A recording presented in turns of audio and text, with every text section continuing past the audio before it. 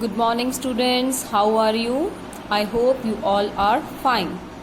Now, continuing with our remaining topic. In our last video, we have studied the chemical synapse in which various steps were involved. Let me remind you, the first step was neurosecretion in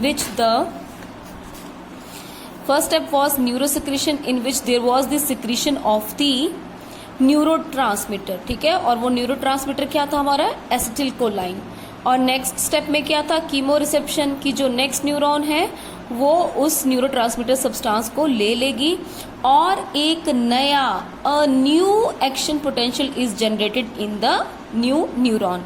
एक neuron के बाद अगले neuron में नया action potential generate होता है अगर बीच में गैप हो, बीच में अगर हमारा स्पेस हो, क्लेफ्ट हो. ठीक है, बट वेरी इंपॉर्टेंट कि जो स्ट्रेंथ यहाँ पर है एक्शन पोटेंशियल की, वही स्ट्रेंथ जो है वो नेक्स्ट न्यूरॉन में भी पास ऑन होगी, यानी कि स्ट्रेंथ में जो है वो फर्क नहीं आएगा.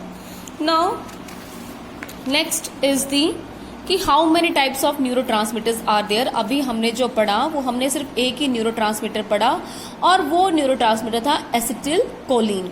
तो acetylcholine is the one of the most common and the important neurotransmitter which is present in case of vertebrates, but some another type of neurotransmitters are also present and non-adrenaline or norepinephrine is the another important neurotransmitter. ठीक है, इसके अलावा ये वाला neurotransmitter भी commonly हमारी neurons जो है वो रिलीज करती है. नाउ अब थोड़ा सा इनके बीच में डिफरेंस देख लें या क्या इनकी खास बात है. जो एसिटिलकोलाइन है it transmit impulse across all the synapse. हमारे जो नर्वस सिस्टम है उसमें जितने भी स्नैप्स आएंगे उन सब में जो न्यूरॉन जो केमिकल सब्सटेंस रिलीज करेंगे न्यूरोट्रांसमीटर, वो मोस्टली क्या होगा? एसिटिल कोलिन एक्सेप्ट कौन सी? जो आपकी सिंपैथेटिक नर्व्स हैं वो ये वाला केमिकल रिलीज नहीं करेंगी, ये वाला न्यूरोट्रांसमीटर जो है वो रिलीज नहीं करेंगी. ठीक है, तो नॉन एड्रेनलिन और नॉन एपिनेफ्रिन. ये नॉन एड्रेनलिन नॉन एपिनेफ्रिन क्या है? ये वो न्यूरोट्रांसमीटर है जो कौन रिलीज करेगा? The nerves belonging to the sympathetic nervous system. ठीक है, तो सिंपैथेटिक नर्वस सिस्टम में ये वाला न्यूरोट्रांसमीटर रिलीज नहीं होता. कौन सा होता है? नॉन एड्रेनलिन और the norepinephrine is released by the neurons और the nerves of the sympathetic nervous system. अब नॉन एड्रेनलिन की बात करें बच्चों तो इसका केमिकल कॉम्पोजिशन बिल्कुल वैसा ही है जो हमारा एड्रेनलिन हार्मोन जो है, जो हमारा एड्रिनल ग्लैंड से रिलीज होता है, लगभग वैसा ही इसका केमिकल कॉम्पोजिशन जो है वो होता है. नाउ अब एसिटिलकोलिन ये क्या है? ये क्या है? Acetic acid plus choline. Choline क्या है? जैसे आपके विटामिन्स होते हैं उसी तरह से कोलिन भी जो है इसका स्ट्रक्चर जो है वो विटामिन जैसे ही है. हमारी बॉडी को ये रिक्वायर्ड होता है. क्यों? क्योंकि अगर ये ना हो तो हमारा जो एसिटिल कोलिन न्यूरोट्रांसमीटर है उसकी फॉर्मेशन नहीं होगी. ठीक है, तो acetic acid plus a vitamin like substance choline, they react in the presence of the enzyme choline acetylase and our neurotransmitter is formed called as the acetylcholine. ठीक है, अब कल का डायग्राम याद हो. ये एसिटिलकोलिन कहाँ से रिलीज होगा बच्चों? ये जो हमारे सिनेप्टिक वेसिकल्स हैं जब ये बर्स्ट करेंगे, कैसे बर्स्ट करेंगे? जब क्या आ जाएगा? हमारा कैल्शियम आ जाएगा. कैल्शियम जब इन सिनेप्टिक वेसिकल्स से फ्यूज करेगा तो ये जो है वो क्या करेंगे? इन वेसिकल्स की एक्सोसाइटोसिस हो जाएगी और हमारा जो ट्रांसमीटर है एसिटिलकोलिन वो रिलीज हो जाएगा. अब कहीं पर जरूरत से ज्यादा एक्साइटेशन ना हो जाए, जरूरत से ज्यादा एसिटिलकोलिन रिलीज ना हो जाए, इसलिए इसको तुरंत ही इनएक्टिवेट करना पड़ता है. तो इसको इनएक्टिवेट कौन करेगा? Acetylcholine esterase.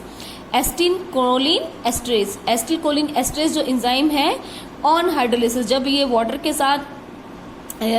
साथ जब इसका रिएक्शन होगा और इस एंजाइम की प्रेजेंस में, तो दोबारा ये अपने इन्हीं कॉन्स्टिट्यूएंट्स में जो है वो टूट जाएगा. ठीक है, सो दैट जरूरत से ज्यादा एक्साइटेशन जो है वो पोस्ट सिनेप्टिक न्यूरॉन यानी कि अगली न्यूरॉन की ना हो जाए.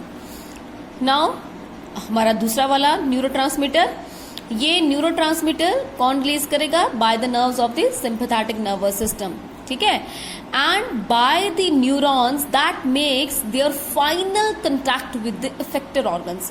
हमारे इफेक्टर ऑर्गन्स कौन से? हमारे हाथ हैं, पाँव हैं, जो भी बॉडी की एक्टिविटी परफॉर्म करने वाले ऑर्गन्स हैं वो कौन से होते हैं? आपके इफेक्टर ऑर्गन्स।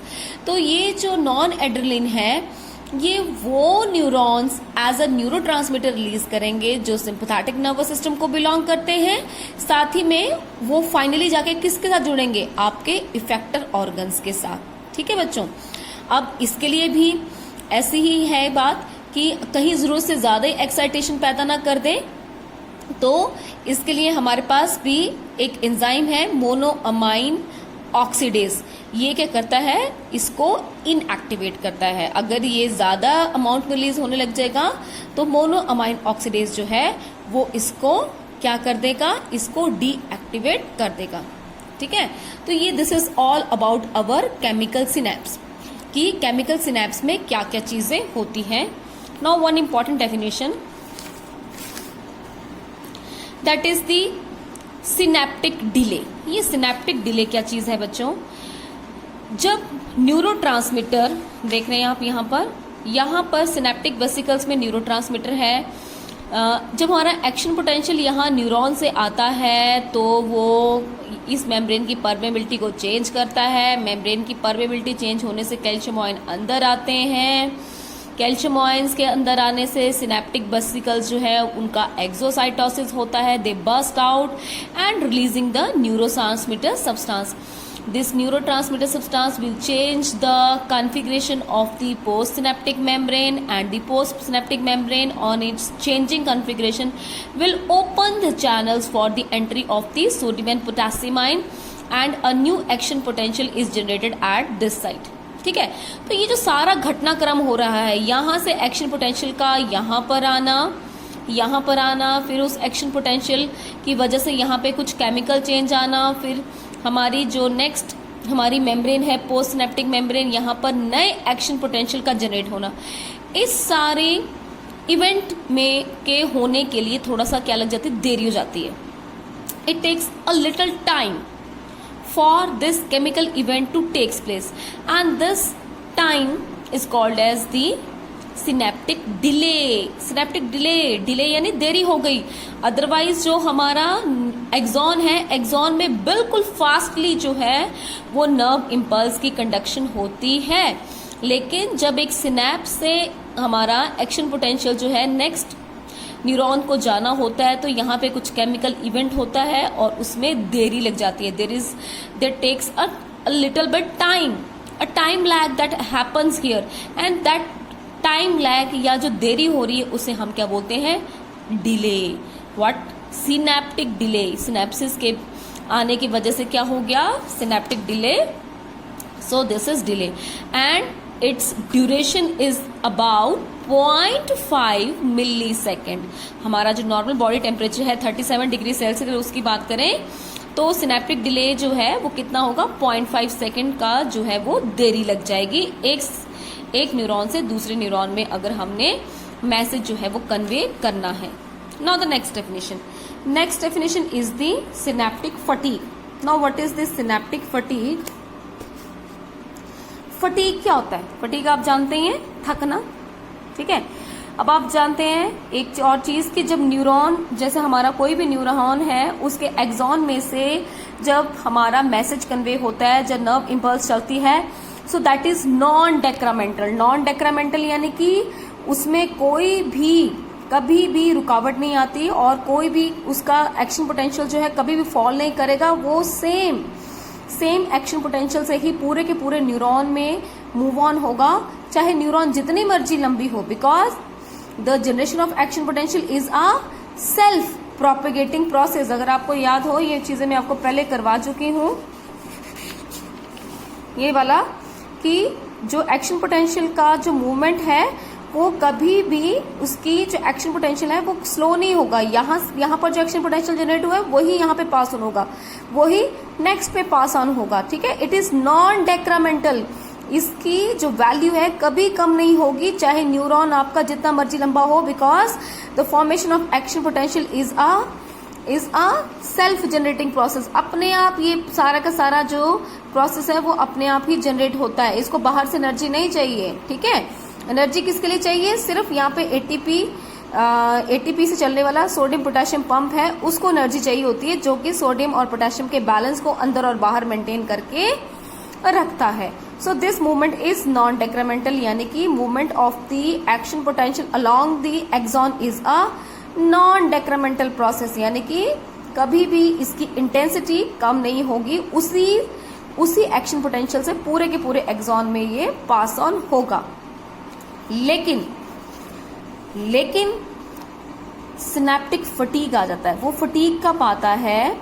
रिपीटेड स्टिमुलेशन, जब आपकी रिपीटेड स्टिमुलेशन होती है किसकी? प्री सिनेप्टिक नॉब की। ये जो है ये वाली, जब आपकी प्री सिनेप्टिक नॉब, ये जो आपका यहाँ पर बार बार एक्शन पोटेंशियल आ रहा है, बार बार एक्शन पोटेंशियल आ रहा है, थोड़ी थोड़ी देर बाद, हर थोड़ी देर बाद यहाँ पे इसकी स्टिमुलेशन हो रही है, नए एक्शन पोटेंशियल जल्दी जल्दी आ रहे हैं, तो जल्दी जल्दी नए आने वाले एक्शन पोटेंशियल की वजह से ये जो सिनेप्टिक वेसिकल है ये बार बार ये बर्स्ट आउट हो रहे हैं, इनकी एक्सोसाइटोसिस हो रही है और न्यूरोट्रांसमीटर बाहर निकल रहा है। फिर हमारे पास एक्शन पोटेंशियल आया, फिर ये हमारे जो सिनेप्टिक वेसिकल बर्स्ट आउट हुए और न्यूरोट्रांसमीटर बाहर आया। अगर ऐसा बार बार अगर ऐसा होता है और जल्दी जल्दी ऐसा होता है, तो ऐसा होने से बच्चों हमारा जो न्यूरोट्रांसमीटर है वो थोड़ी देर के लिए क्या होता है? खत्म हो जाता है। इट इज एग्जॉस्ट आउट, ये खत्म हो जाता है। तो ये खत्म हो जाएगा बच्चों, तो जब तक न्यूरोट्रांसमीटर नहीं होगा, नेक्स्ट वाले जो पोस्ट सिनेप्टिक मेम्ब्रेन है इसकी एक्साइटेशन तो हो नहीं सकती। तो ये जो खत्म हो गया बच्चों, तो उसकी वजह से ये क्या होगा? अगली वाली मेम्ब्रेन को जो है वो एक्साइट नहीं कर पाएगा। तो ये जो खत्म हो गया, यानी कि एक तरह से ये सारा का सारा प्रोसेस क्या हो गया? थक गया, ये धीमा हो गया, स्लो डाउन हो गया, थक गया। तो उसी को हमने क्या नाम दे दिया? Synaptic fatigue. So what is synaptic fatigue? repeated stimulation of the presynaptic knob में डिप्लीट यानी कि खत्म कर देना। बार बार अगर स्टिमुलेशन होती है प्रीसिनेप्टिक नॉब की, तो आपका न्यूरोट्रांसमीटर जो है वो कुछ देरी के लिए, थोड़ी सी देरी के लिए खत्म हो जाता है और दोबारा नया बनने के लिए टाइम लगता है, जिसकी वजह से जो हमारी पोस्ट सिनेप्टिक मेम्ब्रेन है वो स्टिमुलेट नहीं हो पाती। इट फेल टू स्टिमुलेट, और इसे हम कहेंगे सिनेप्टिक फटीग। और ये थोड़ी सी देर के लिए होता है। It last for several second, थोड़े से सेकेंड्स के बाद ही दोबारा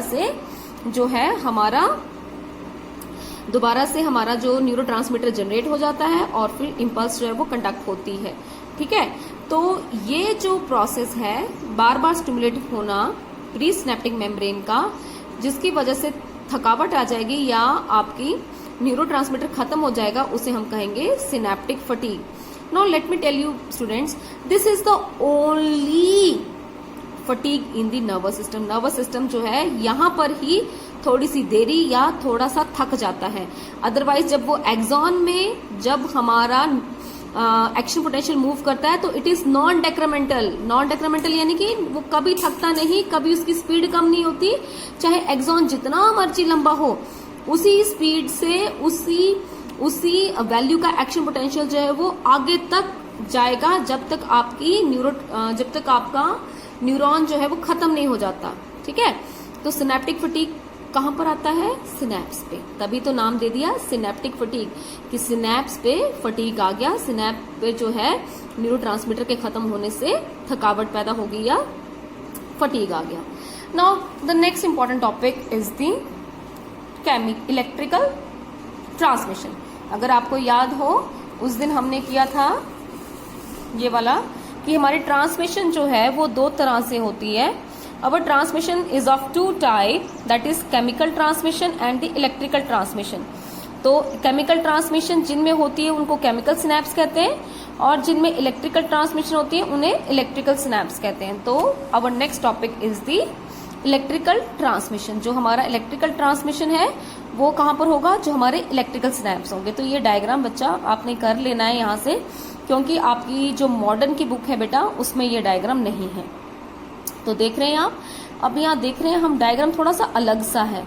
वो अलग सा क्या है कि यहाँ पर हमारा गैप, जो गैप होता था प्री सिनेप्टिक और पोस्ट सिनेप्टिक मेम्ब्रेन के बीच में, वो गैप जो है वो बहुत ही कम है। ठीक है, तो क्योंकि इसका नाम इलेक्ट्रिकल सिनेप्स है तो यहाँ पर क्या हो रहा है कि यहाँ प्री सिनेप्टिक मेम्ब्रेन और पोस्ट सिनेप्टिक मेम्ब्रेन के बीच में गैप जो है वो बहुत ही कम है, बहुत ही कम है, जिसकी वजह से यहाँ पर जो इलेक्ट्रिकल इवेंट्स हो रहे हैं वो इलेक्ट्रिक करंट की फॉर्म में नेक्स्ट न्यूरॉन में पास ऑन हो जाते हैं।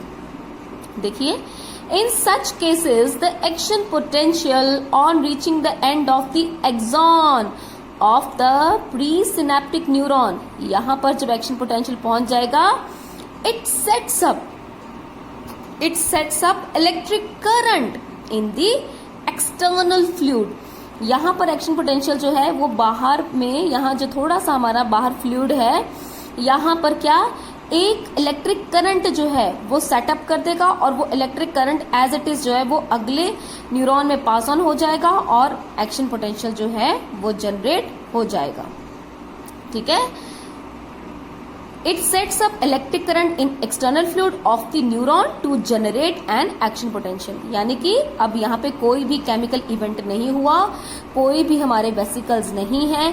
जैसे कि आप यहाँ पे देख रहे हैं, यहाँ पे सिनेप्टिक वेसिकल्स होते थे, बीच में सिनेप्टिक क्लेफ्ट लंबा होता था। हाँ, यहाँ पे बहुत सारे there is a comparison, this is the electrical synapse, this is a chemical synapse, जहाँ पे बहुत सारे क्या है, सिनेप्टिक वेसिकल्स हैं, बहुत सारे माइटोकॉन्ड्रिया है, प्री सिनेप्टिक मेम्ब्रेन है, पोस्ट सिनेप्टिक मेम्ब्रेन है और गैप भी बहुत ज्यादा है। ठीक है, तो यहाँ पर गैप भी कम है और हमारी प्री सिनेप्टिक और पोस्ट सिनेप्टिक मेम्ब्रेन उतनी स्पेशलाइज्ड नहीं है जितनी यहाँ पे वेसिकल्स भी नहीं है। ठीक है, यहाँ पर जो एक्शन पोटेंशियल है वो बीच में गैप में एक इलेक्ट्रिक करंट सेट कर देगा फ्लूइड में और वो इलेक्ट्रिक करंट जो है as it is pass on हो जाएगा हमारी नेक्स्ट न्यूरॉन में और नेक्स्ट न्यूरॉन में हमारा न्यू एक्शन पोटेंशियल जो है वो स्टार्ट हो जाता है। अब बता दूं, अगर आपको याद हो कि हमारी जो पुराने यानी कि जो हमारा केमिकल सिनेप्स था वहां पे सिनेप्टिक क्लेफ्ट की वैल्यू यानी कि जो गैप था वो लगभग 200 आर्मस्ट्रॉन्ग था, जबकि यहाँ पर सिर्फ कितना है 20 आर्मस्ट्रॉन्ग। नौ बच्चों, एक क्वेश्चन मैं बताना चाहती हूँ कि ये इलेक्ट्रिक सिनेप्स की जो बात है वो सबसे पहले कहाँ पर इसको डिस्कवर किया गया, बाय फर्शपैन और पॉटर ने 1959 में डिस्कवर किया इसको। ठीक है, और कई बार ये मार्टनर सेल्स, इनके बारे में पूछ लेते हैं। ये मार्टनर सेल्स क्या होते हैं, these are present in the spinal cord of the large cells of the fishes. जो फिशेस हैं उनके जो स्पाइनल कॉर्ड में लंबे जो न्यूरॉन्स हैं उनमें ये सेल्स प्रेजेंट होते हैं। ये सेल्स क्या करते हैं, इनको एस्केप रिएक्शन में मदद करते हैं। एस्केप होता है भागना, समझते हैं ना आप। एस्केप क्या होता है कि फिश ने जब भागना होता है किसी चीज से, जब भागना है उसने, तो उसके लिए उसको फटाफट तुरंत रिस्पांस करना पड़ेगा, बड़ी फास्टली रिस्पांस करना पड़ेगा। तो उस फास्ट रिस्पांस के लिए ये मार्टनर सेल जो है प्रेजेंट होते हैं फिशेस के कहाँ पर, स्पाइनल कॉर्ड में। और इन फिशेस के स्पाइनल कॉर्ड के जो न्यूरॉन्स जिनमें ऐसा होता है उनका साइज बहुत बड़ा होता है and it help in the escape reaction. If you talk about our cells, अगर हम अपनी बात करें तो बेटा हमारे सेंट्रल नर्वस सिस्टम में काफी जगह पर क्या मिलेगा आपको, इलेक्ट्रिकल सिनेप्स मिलेगा। क्यों? क्योंकि सेंट्रल नर्वस सिस्टम में बहुत जल्दी हमें रिस्पॉन्ड करना होता है। सेंट्रल नर्वस सिस्टम हमारा बहुत क्विकली रिएक्ट करता है। तो क्विक रिएक्शन के लिए, क्विक रिएक्शन अगर करना है तो सिनेप्टिक डिले की हम बात कर ही नहीं सकते। तो क्विक रिएक्शन अगर चाहिए आपको तो आपको कम गैप वाला इलेक्ट्रिकल सिनेप्स जो है वो होना चाहिए। तो हमारा जो सेंट्रल नर्वस सिस्टम है उसमें ज्यादातर जो सिनेप्सिस हैं वो कैसे हैं, आपके इलेक्ट्रिकल सिनेप्स। ठीक है, सो ये डेफिनेशन सिनेप्टिक डिले और सिनेप्टिक फटीग भी आपने कर लेनी है। इसके अलावा एक आपका डिफरेंस है आपकी मॉडर्न्स की बुक में, there is a difference between the chemical and electrical synapse. तो बड़े अच्छे से दिया हुआ है यहाँ पे, जैसे कि सिनेप्टिक क्लेफ्ट वही आ गया बीच का गैप, कि जो केमिकल सिनेप्स है उसमें इसका साइज लार्जर है, that is it is about 200 Armstrong, वेराज in case of electrical synapse the size of the cleft, जो गैप था वो बहुत छोटा था और कितना था 20 Armstrong. Synaptic knob, chemical synapse का सिनेप्टिक नॉब क्या है, बड़ा है, उसमें सिनेप्टिक वेसिकल्स भी बड़े हैं, माइटोकॉन्ड्रिया भी ज्यादा है। इलेक्ट्रिकल सिनेप्स में देखा हमने, अभी देखा इलेक्ट्रिकल सिनेप्स में क्या देखा कि यहाँ पे वेसिकल्स तो है ही नहीं। क्यों नहीं है, क्योंकि वेसिकल्स में होता है न्यूरोट्रांसमीटर की इलेक्ट्रिकल सिनेप्स में कोई जरूरत ही नहीं है, तो यहाँ पे कोई भी वेसिकल्स नहीं है। There are no vesicles, few they vesicles may be absent और फ्यू में बी प्रेजेंट, और थोड़े से माइटोकॉन्ड्रिया होते हैं। केमिकल सिनेप्स थोड़ा सा क्या होता है, स्लो होता है, ठीक है, जबकि इलेक्ट्रिकल सिनेप्स जो है वो काफी फास्ट है। यहाँ पर पोस्ट सिनेप्टिक मेम्ब्रेन में क्या होंगे, कीमोरिसेप्टर्स होंगे, आयन चैनल होंगे, यहाँ पे कुछ भी ऐसा नहीं है, क्योंकि जो हमारी पोस्ट सिनेप्टिक मेम्ब्रेन है यहाँ पे कोई कीमोरिसेप्टर नहीं चाहिए, कोई आयन चैनल नहीं चाहिए। क्यों, क्योंकि यहाँ पे तो सिंपल इलेक्ट्रिक करंट सेटअप होगा और वो इलेक्ट्रिक करंट जो है by the exchange of ions वो एज इट इज यहाँ पर ट्रांसमिट हो जाएगा, ठीक है।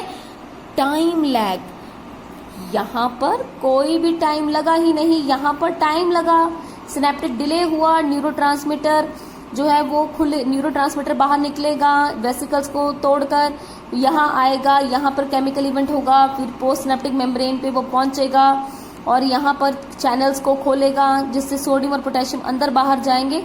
तो ऐसा कुछ भी घटनाक्रम, ऐसा कोई भी इवेंट इधर नहीं होता। इसकी वजह से this is a faster process and this is a slower process, ठीक है।